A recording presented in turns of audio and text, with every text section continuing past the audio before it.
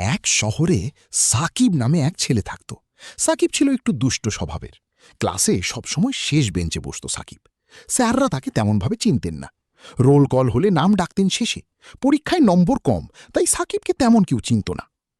কিন্তু সাকিব একটা কাজ করত।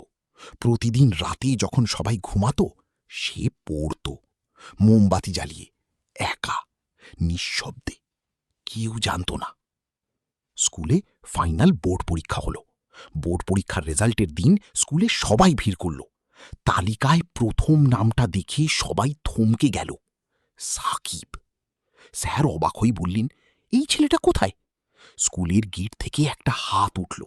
সাকিব উঠে দাঁড়ালো, কোনো কথা বলল না, শুধু দাঁড়িয়ে রইল। সেদিন স্যার বুঝলেন, যাকে দেখা যায় না মানেই সে নেই, এই ভাবনাটাই ভুল। অন্ধকারেও আলো জ্বলে, শুধু চোখ মেলে দেখতে হয়।